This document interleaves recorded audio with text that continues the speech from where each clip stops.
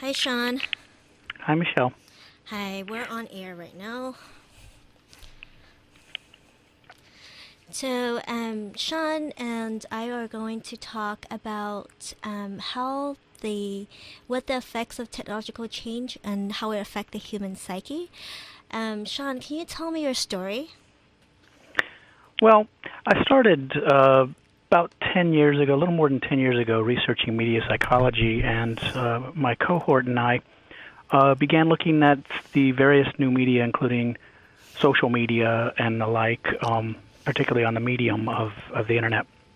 And in the process of doing that, I began to realize that there is a lot of stuff out there that has repeated itself, including on the radio. If you look at the evolution of the radio about over 100 years ago, even further back to the telegraph, when Lincoln used as fast as light communication through the telegraph, it pretty much set up the Civil War in a way that could be won. And going forward, we saw that the radio did much the same thing and knitted the country together. And once the government took over during the war, it went out of the people's hands, went back into corporations' hands, and now we have the internet that looks like it's doing the same thing. It's given us a lot of voice, a democratic voice, if you will, with billions of people online. It's created a kind of collective intelligence. And we're facing the same sort of things occurring with these fights between government and corporate entities and the people over who has the right to access the internet. And as I'm looking at it from a sociological and a psychological viewpoint, I'm seeing that there's a great deal of change in the world that's driven by some traditional psychological and sociological theory, group dynamics. And, of course, we know of the Arab Spring, and we also know about the same thing that happens in the Arab Spring that's a positive sign. We see that occurring on the other side with smaller groups like white supremacists and stuff who suddenly see themselves as a larger group because they're able to touch into one another. And on a personal level, we see people who are communicating with one another and having a kind of, I don't want to use the term addiction, but certainly a need to get likes, to be validated online, a kind of nuclear narcissism, if you will.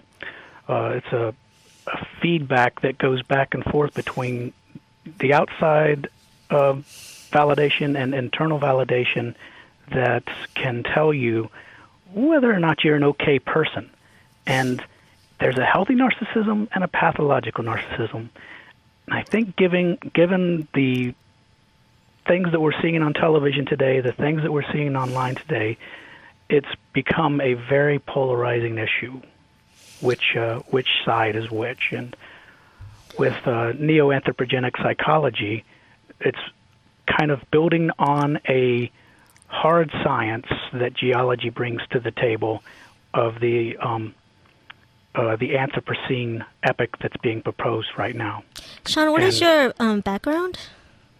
My background is I'm a media psychologist. Mm-hmm. I come at this from 30 years in media, mm-hmm. working with the Disney Corporation and working as an adjunct faculty at Fielding and previously with UCLA Extension in the media psychology programs there. Cool.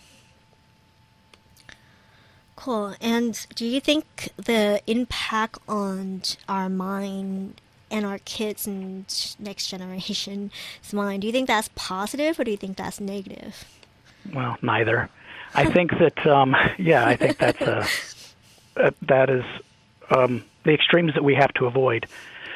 At Fielding, we've been sort of researching this for over 10 years, mm-hmm. and we've by no means agreed on any kind of outcomes. It's a continuing argument and really should be, because that's what science is about, right? So I think that the danger is that we become siloed in our particular discipline. And that's what neo-anthropogenic psychology is attempting to do, to sort of bring together all these different disciplines and pull us out of these silos and share information, because that's where the lack of knowledge gives us a great deal of fear, and the overt optimism. There's this tendency to think that the future is a dystopia or the future is a utopia, and there's no middle ground. But if we look in our past, we can see that in the past we've consistently had something somewhere in between. So what does the in-between future look like to you? The in-between future looks a lot more gradual. We hear about exponential change, and that's true. We are in a time where that curve is beginning to go up. It's been exponential since the beginning. And Ray Kurzweil did a wonderful job of displaying that on a timeline graph and showing not only technology but biology happening on an exponential changing rate. And pardon me. And in that process, it doesn't really show an overnight success. We often hear about the person who made it overnight and has this hit song or what have you. But the reality is it's built on many, many years of growing and understanding. We combine it, we move it together, and it moves forward. And sometimes there are certain amounts of conflict that prevent it from moving forward faster than it needs to move forward. And so there are more fits and starts than it is something that just suddenly thrusts forward. I would compare it to, as an analogy today, the weather versus climate change. The weather is going to be hot or cold on any given day, but it's the trend lines that we're looking at. And as those trend lines add up, it'll steer us on a course that, if we look at it correctly, we can sort of define that middle ground that you're asking about. And I think that those things that we need to be concerned about are the areas where we become our brains become lit up by our use of the internet and for various things, including social media, for porn, for these types of things that have created some unexpected consequences, including outcomes that would suggest that there is impotency in our youth because of too much access to porn online. And it doesn't create a realistic view of what it's like to be intimate in the physical world. And there are many things, many theories that can move into the digital world. We can't automatically say that they work on the digital world, but I think that's the next step. I think the next step is to take all of our old theories and see how we can apply them online, and if they do, in fact, work. Yeah, so I'm a little bit concerned about the world and how technology affects it, and especially for the future generation. I mean, not necessarily. I mean, there's a certain part of technology that I think that is good, because I think it makes us more efficient. It makes us more connected, but yet at the same time, it isolates people. Do I need to have 100,000 likes or followers in order to be popular, to be heard? Sure. Do I constantly need to look or spend 4 hours on makeup and look really nice to be photographed on Instagram? When we talk about porn, technology affects how people perceive love, and certainly love and sex is very different. And then we talk about shopping, people who can buy anything online, right? So, right. The whole, I think therapists call it a process addiction, kind of like gambling and working. That applies to shopping as well. So you basically do the same thing again and again and again. You get depressed, and then you do it over again and again. I think there are like 4 stages of addiction. And that isn't good, but nobody really talk about it, and nobody really talk about how technology affects our youth and the people, right? So Sure. how do we make people more aware of that, and how can we become more conscious of our actions and how technology impacts us? I mean, because I'm not just afraid of these behavior changes. I mean, in terms of privacy, I'm concerned about. There's a distinction. I'm more concerned about, the targeting, but not just targeting when it's applicable to us, on a super level, on a superficial level, but more on, more on a deeper level, like what it becomes like a witch hunt. Doing communism, when there's that Red Scare, what do people do? They snitch out on people, right? So now that we have information, certainly people can look at our emails and subpoena them and all that stuff. And, now we have Alexa in our homes, right? So Right. how do we become more aware of, privacy, addiction, our changing perception on love and sex, changing perception on human communication, right? Like how we talk to each other, not looking on the phone, resolving conflict, right? To maintain relationships.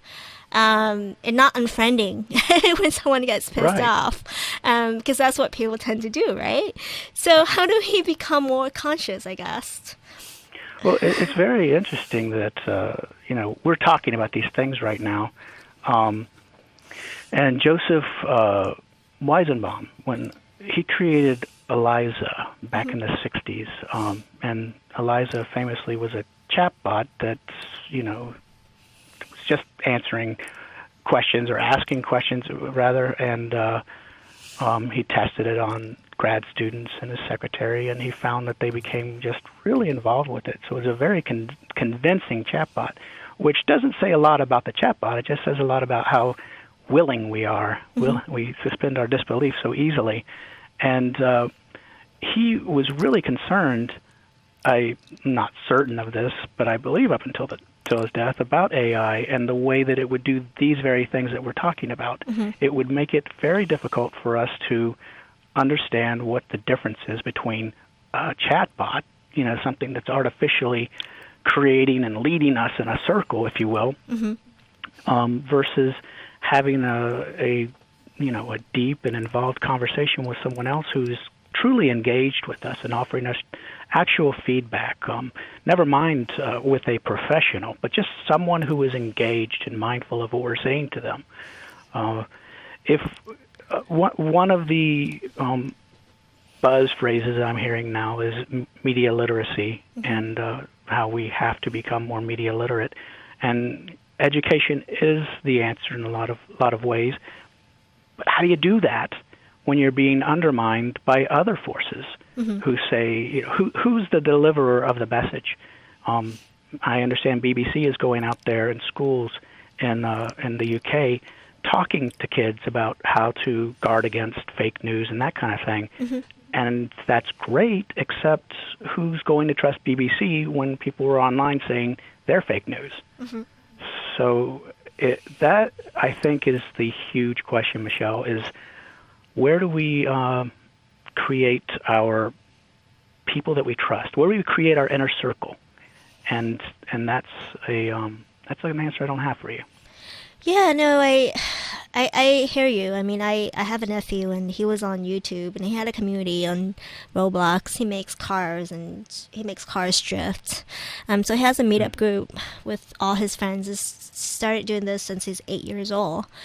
And he, the times that he spent working on his community and just serving or helping, his friends and community members, and then all of a sudden, he was just like, Michelle, you get too much criticism from everyone. I don't want to do this anymore. And then he just kind of gave up on this whole thing. And I'm just, you really wanted to talk about like self-esteem, right? I mean, I guess maybe Right. that's where it begins. It's Huge part of it. just an identity, right? You have your own identity and you have other people's identity. So you have the internal and you have the external, right? So to what extent is the external more important than the internal? Should you make decisions because your gut tells you, your intuition tells you, or what? Or is that what you want to do, or or are you making decisions because what the world around you tells you, right? I mean, I'm on Twitter, and I see fangirls. You know, we're talking here about STEAM or STEM, and women in science and engineering. And then I'm on Twitter, seeing a lot of women or young girls, right? They are, identify themselves as fangirls, and they're powerful. They can change Twitter in 2 minutes. But yet it seems like, they're being shaped by the media, and at the same time want more women, like this Me movement, right? Me Too movement, where we want to empower women. I mean, how do we balance that? That's a great question. The first answer that comes to my mind is value our uniqueness. And it's the only thing that we individually have is our uniqueness. And once we sell that, once we give that away for a price, and if the price is only alike, then that devalues us. So to be a part of that crowd, there has to be some sort of give and take. And there is a theory that that goes along with that I actually did a case study on a couple of years back. And that theory is optimal distinctiveness theory. It states basically that we sit on a graph and we want to be a part of the group, and we want to push towards that part of the group as close as we can get as being absorbed into it. And then we go, wait a minute, that's a little too close, and we back it off a notch. And that's the optimal distinct point that we want to be on that graph. And if we examine it in that way, if we look at ourselves, where our self sits, uniquely, we need to figure out individually where do we want to be on that optimal distinctiveness. And when we're talking about certainly children, especially children with developmental theory and psychology, we need to have parental gatekeepers out there, because the time that they are online and engaged with others that we're unfamiliar with, and let's face it, we're not going to be familiar with the entire internet, is time that they are susceptible to, some sort of undermining to their character, their self-esteem, as you suggested, and some things they're simply not going to say out loud, not because they're trying to hide anything, but because they just don't think about it. But it just trickles into their mind, and they absorb it and they accept it because it's there and it's been said to them. And it's for that reason that I'm consistently telling parents of young children to have a time when the electronic devices are put on a plug and set aside, and family time, and always make a bit of family time every day so that you can unload everything that's happened. A best time of day, a worst time of day. Tell me about your day. At dinner table is the best. And those tried and true methods still work in the electronic age. It's when those walls, those protective walls in our house, and other people entering our house at all hours of the night through medium and interacting through that medium, that trouble begins to happen, because we don't have, as parents, knowledge of what's going on in our house, right under our noses. I want to talk about YouTube a little bit. So I have nieces and nephews. My niece is about 4. I think one of my nephew is 7, and then the other one is 13. Then I have another set of niece and nephew who is like about 7, and then 10 maybe. And they don't watch TV, but they are on YouTube. So they know like all the famous YouTubers. They don't really know Pi. Who is Pi? But they know Yak King. I mean, or Paul Logan. So, or Marcus and Lucas, right? I watched their shows as well. I mean, they became really popular this year. But how do we regulate that? Should we say, hey, you can watch this, but not that, and have that kind of list, or give them a time? Well, I'm always in favor of time, and I'm always in favor of what are you watching? Asking the simple question, what are you watching? Can we watch it together? And then when it's over, talk about it.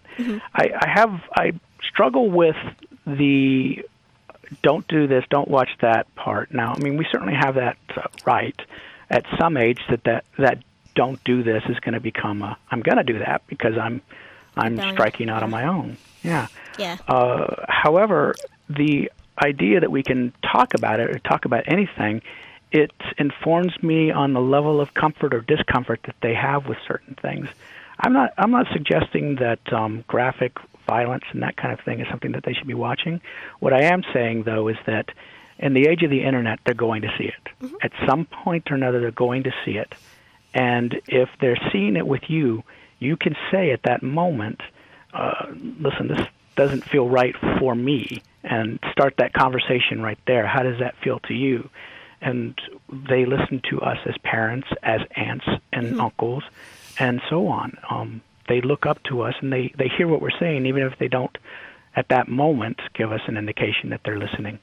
What is heard, however, because in all likelihood, they feel a bit of discomfort about certain things as well, but they're looking for permission to feel that way, and we give it to them. If we don't watch, we don't know where that's coming from. An example, my son played for me a rap video that is filled with expletives and just going off at each other and yada, yada, yada. But I listened to it and I watched it. By the end of it, I was almost in tears, not crying, sobbing or anything, but just I was moved by the video because it was a much deeper message than what was on the surface layer. And if I had shut down and said, don't turn that crap on or whatever, that conversation never would have occurred. And so it was a far better exchange that we had than what might have happened. No, I agree with you. I treat my nephew and nieces as friends, so we're kind of cool. Yeah. We're kind of cool. Yeah, I have this great uncling and aunting. So it's much easier. I enjoy doing it myself. I know. When you have kids, it's like 24 hours. Oh gosh, I'm responsible for this one. Oh no. But so instead of being on technology, we've been playing like antonyms, synonyms, and rhymes and storytelling in the car, like live without technology, and and then taking them to the park. It's really the simple things that they care about. I mean, do they really? If you take them to the park, do they really care about someone on YouTube? Probably not, right? They're just having fun. Right. And I mean, that's what we introduce them to. That's kind of our job as the adult in the room, is to, challenge them, take them on these little nature trips. Don't be afraid of the electronic device. Just also don't be afraid to say, hey, turn it off. Let's go do something. So I'm kind of concerned about the people in their 20s because I think they're like, their ego is pretty there. And they don't think that the internet impacts them negatively. They don't, think that watching too much porn is an addiction. They don't really think that buying too much is shopping. Is addiction, right? I think that group of people is like harder to convince than anything else. Well, I always think it's funny when we break it down by age, because the only difference between a person in their 20s and a person in their 40s and a person in their 60s is, yeah, that happened to me already. I don't want to go there again. That was a problem. But essentially, our brains are still kind of working the same. We're still kind of, seeking those same gratifications. We're still kind of processing things. We want validation. All of these things still click. We've just been rejected a few more times when we reach our 60s or 70s or whatever. More humble, right? Yeah, a little more humbled. And with the with internet porn, it's a big concern because I do see a problem coming down the line as we move more towards virtual reality, and certainly when we've when we reach the technological singularity, we're going to have robotics, which, by the way, if you ever see Boston Dynamics' Big Dog, there's a video out there of a very mechanical-looking dog-shaped robot being kicked. And I often show that in my presentations and ask, how did you feel when that happened? And, inevitably everybody, it's, you're like, hey, don't kick the dog. And it's not a great leap to start anthropomorphizing things and to feel sympathy for them. And the same is true when we come to go into these virtual worlds and other robots that simulate humans. And now we're really out there. We're really looking at things like we see in the television series Black Mirror and those kinds of things, where we don't know where reality and fantasy are separated, and quite honestly, we don't care at that point, because no matter what, everything happens in the mind, and time and again we see that. We see that with the placebo effect. We see that when someone loses their sight and they can visually see things around them in their brain. There's repeated studies that show that the brain is the seat of our reality. And if we don't need to move our body and we can just sit in a lazy boy all day, then why wouldn't we seek a kind of external validation through these external devices? And in that situation, as a species, just talking about evolutionary dynamics, and this gets back to neo-anthropogenic psychology, as a species, why procreate? Why? What's the urge to do that? And in our brains, whether we know it or not, the brain is actually shutting down that area and creating a less and less of a need for potency. And then you have a generation who grows up not desiring anything outside of the virtual world and these false alternatives to real relationships and real mates. And that's thinking way down the line. However, what we're seeing right now is kind of the canary in the coal mine when we see people who are addicted to porn online, and then we see an industry arising out of it that's trying to help them let go of that and help them to regain their desire for intimacy with real women and real men. Yeah, and also, there's a book called The Fantasy Bond, a substitute for a truly loving relationship, and that book is actually really, really good. It really talks about how early infant and childhood adaptations to difficult or traumatic experiences are developed, and how, through your relationship with your mom, if you're a man, could kind of help you see your current relationship patterns. So that's an awesome. What's the name of the book? It's called The Fantasy Bond. The Fantasy Bond. Okay, Yeah. Thank you. Yeah. I actually have a few that I could suggest. I read these things for fun, so. Yeah, you're a geek. I'm a geek. Yeah.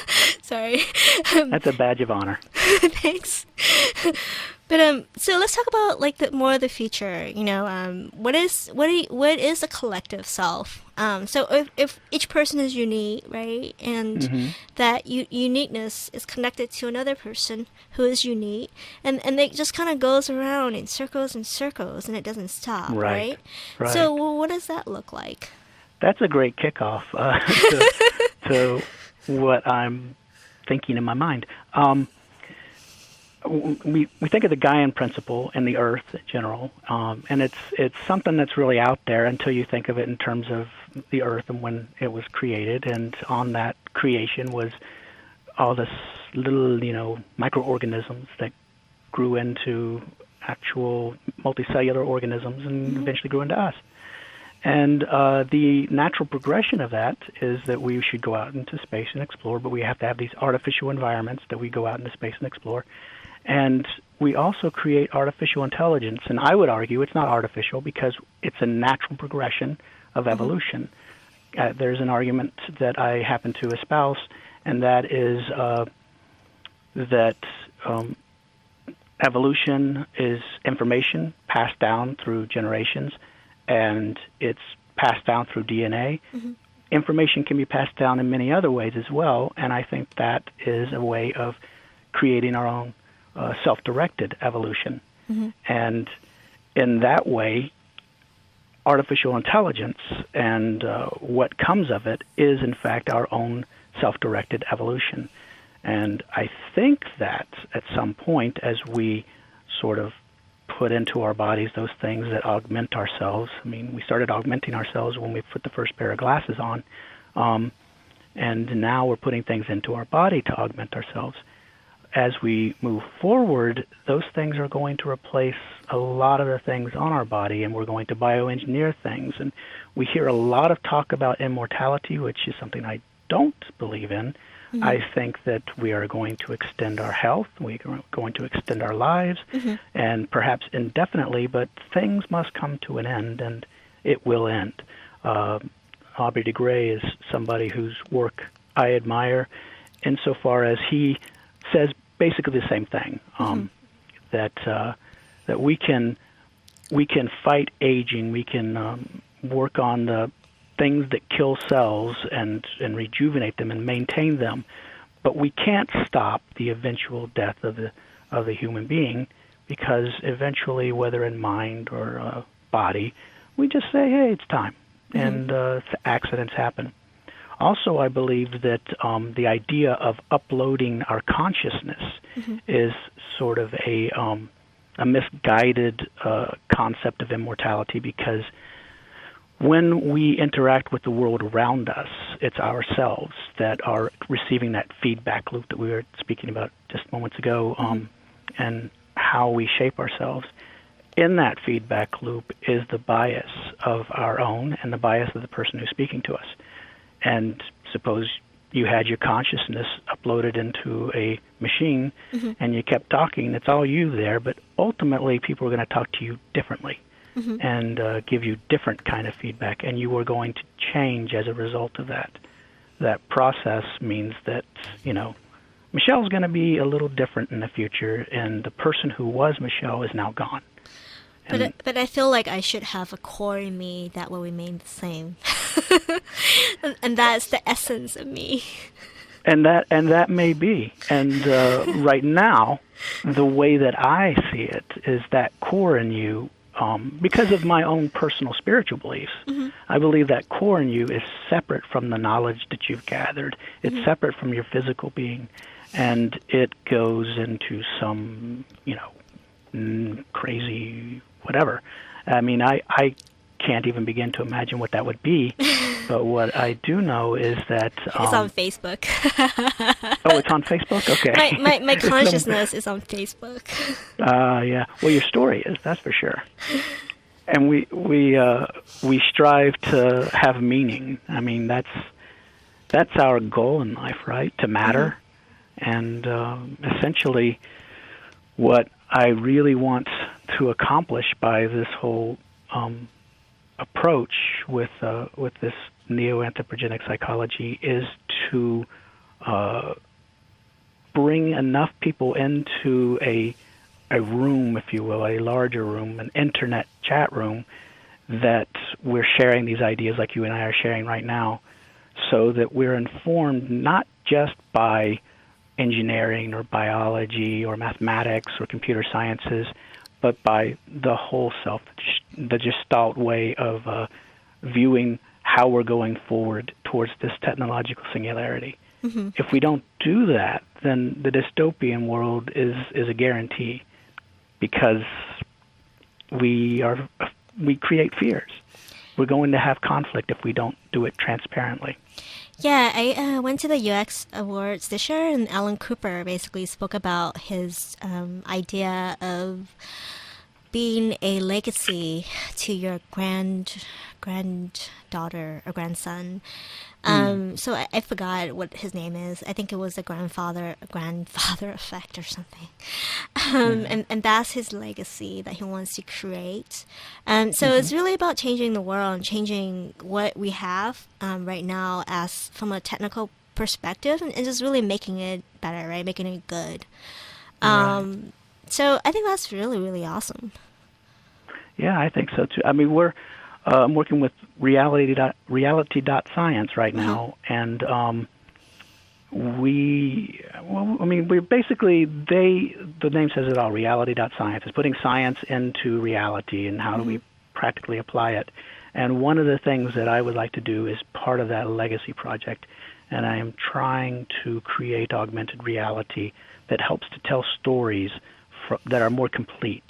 And I have a project that I'm working on right now with the Vietnam Memorial, because my father was killed in Vietnam. And so there is a certain personal connection to that, and it's the perfect place for me to start. And that would be, for me, if I got it completed, the legacy project for my kids and grandkids, and I would feel like I mattered at that point. That sounds like super awesome. Have you heard of the Holocaust Project?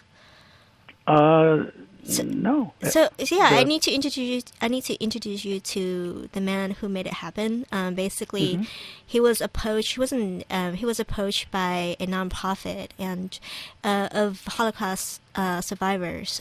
So they basically digitalized the humans, like using VR, AR.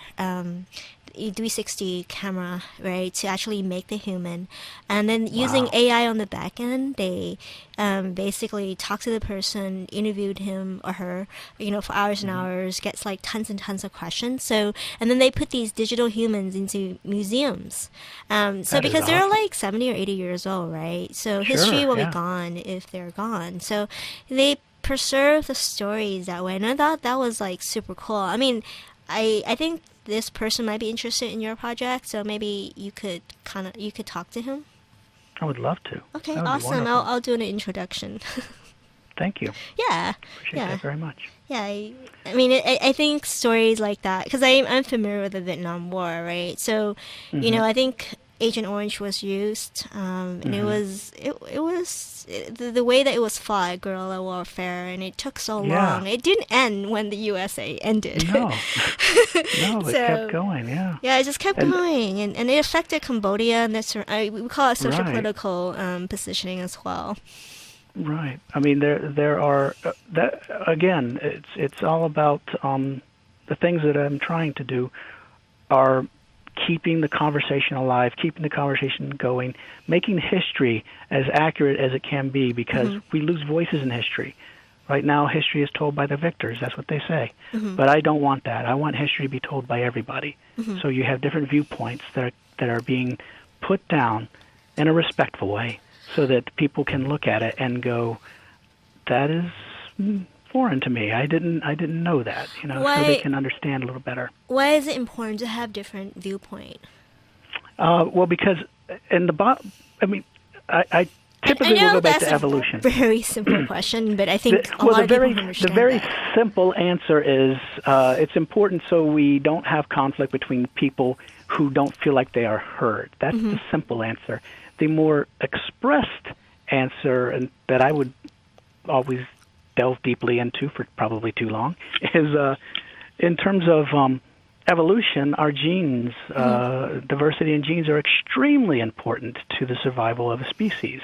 And the same thing is true with ideas and concepts. The diversity is the key to innovation. It's the key to resolving conflict, because it's kind of an oxymoron, or it sounds like it anyway, but it's not. If we have diverse viewpoints, then it pulls us away from our very rigid stance, because we see a multitude of people feeling differently than we do as individuals. And it forces us to question our own beliefs. And if we have to question our own beliefs, we become a little more flexible. If it's just me against you, it's two-sided, and it's bipolar. I think it's important for just really working together as well. Like if you're in a work environment and there's a diversity of people and different ideas, I think you can solve a problem quicker, Absolutely. right? So, and Absolutely, even yeah. have different friends, I think having different friends is important because, if you're hungry and you want, your friends to make dinner for you, you could have like, Sure. instead of eating hamburger all the time, you can have like you can have Korean or, or Sure. like Chinese or Reaching Italian. outside your box in general, whether horizontally in your own cohort or vertically in different age groups. There is a certain amount of prejudice and bias that occurs in our lives, and we see it. And we see those that are in the press frequently. I mean, it's like, for me, this whole hashtag Me Too thing that's going on right now is probably the most wonderful thing, if only so that people who are sexually harassed or sexually assaulted understand that it's not them. It's not their behavior. They have nothing to be ashamed of. Yeah. And that is the strongest point that I hope is the message is received out there. And on the other side of that, the flip side of it, there is a different kind of prejudice that happens when you have ageism, when you have people who will look at somebody in their 20s and they'll say something that is really, a strong statement, and they'll dismiss it because they're young, or they'll look at somebody who's older and dismiss it because they're old and feel like they're disconnected. So there's these little pockets of prejudice that are out there that are acceptable because it's just not something that's on people's radar. And that's why each person has to look at it carefully in their own world, in their own space, to make sure that they're not doing that on a personal level. Yeah, I think when there are situations like sexual harassment or rape and things like that, I think sometimes, as a victim, we think that something is wrong with us. But I think if we look at it as, okay, the other person might have limitations that we don't know about, or because a lot of times it might be from families, or it might be from emptiness inside, that hole inside, right? And usually when people are who have addictions, it's not the addiction that's the problem, is it's that emptiness inside of them, and they need to do things to fill that emptiness, right? So once they are connected, that addiction goes away. So it's just really something that consciously, that the people who may be addicted from time to time, may want it to be aware of. So as a victim of that, I think it's really important to separate and understand that, so that person is empowered, Right. I not to ignore it, but at the same time to say that it's inexcusable, because whether someone, for example, if we don't have the conversation, if we don't have this conversation about sexual harassment and sexual assault, how are young boys going to learn what's expected of them? And then as they get older, it becomes something that is not even a question. You have a lot of conversations going on right now in the workplace, my workplace as well, where it's, what do we do as men? What do we do? And those conversations are very earnest and just a kind of a self-examination of have I crossed the line? What is crossing the line? And and of course that's different things to different people. What we need, though, for certain, is people in leadership in this country who are above reproach on any of that kind of criminality or just poor ethical behavior. Because there's plenty of us who can do a job as an elected official out of 320 million people. I'm sure we can manage funding someone. And if we don't have someone who is very clear on how they should behave around both genders, then they aren't representing 50% of this nation.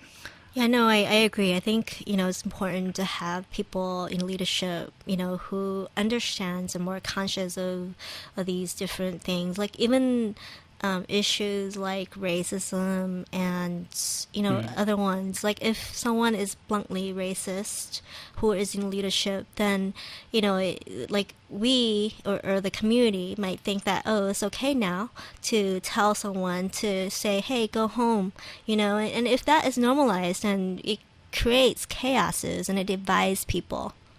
Yeah, yeah, and it creates an environment where people do question themselves and ask themselves, well, what is the line? It should be something. It should be an environment where, if you feel slighted, you can say, hey, don't do that. And the person goes, gee, I didn't know that bothered you. I'm sorry. And it just, you looked at me the wrong way or whatever. But you should be in an environment where you feel comfortable speaking your discomfort. Yeah, no, I'm just thinking about the Japanese American internment. I think the biggest effect is not. I mean, it's pretty dramatic to be removed from your home and go to a concentration camp, but after that movement, a lot of the Japanese Americans basically became 110% assimilated. They married out of the race because they don't want to be Japanese, because being Japanese means that you're not cool. Right? And who doesn't want to be cool? So if it means that I have to marry, someone, who looks differently than me to be cool, even though I might not like that, or it just really creates that less than mentality, right? And it's something that I think when we're conscious of that, I think it helps us make decisions that are more inclusive. Right. And you would like for people to be attracted to the differences in one another because they are different and unique, and we want to learn about them. You don't want it to be because they have power over you. Or status. And, or status, yeah, which I think are synonymous. They can, I come from a world where I was fortunate enough to build the work environment around me, and in that culture we work as essentially a team. And, someone is controlling certain things, certain aspects, and you can say that person's the boss because they control those aspects. However, that person is capable of doing that, and so they do that. That's their specialty. The other person who is doing something that might seem menial is more capable than any one of us, and they do that. So the hierarchy should disappear in the relationships and in the office. And if they show themselves, then that I tend to see more as a level of incompetence on the person who is pushing their authority. Of course, sometimes you have to exercise authority, but it's always done in a way that's respectful, and if it's something that's a very serious matter, it's taken behind closed doors so that it's not a way to embarrass someone. And when we talk about these things on the internet, that's what we're really speaking to. We find a lot of ways to embarrass people and bully them. We create ways. We're very inventive. So, Sean, we're almost 4, and I wanted to ask you, if people wanted to help you with that project, where can they find you? Well, I have my LinkedIn account, so you can just find me there. It's pretty easy to get a hold of me there. And there's also reality.science. I work with that group, and they can give me the message. Okay. Sean's last name is T-H-O. Yeah. Go ahead. T-H-O-E. That's all right. T-H-O-E-N-N-E-S. Okay. And it's actually pronounced tennis. Tennis? Believe Really? it or not. Tennis, I didn't know how to pronounce it. So, thank you so much. You're so very welcome, and thank you. I enjoyed this. Yeah, me too. Okay, bye-bye. Bye-bye, Michelle. Bye-bye.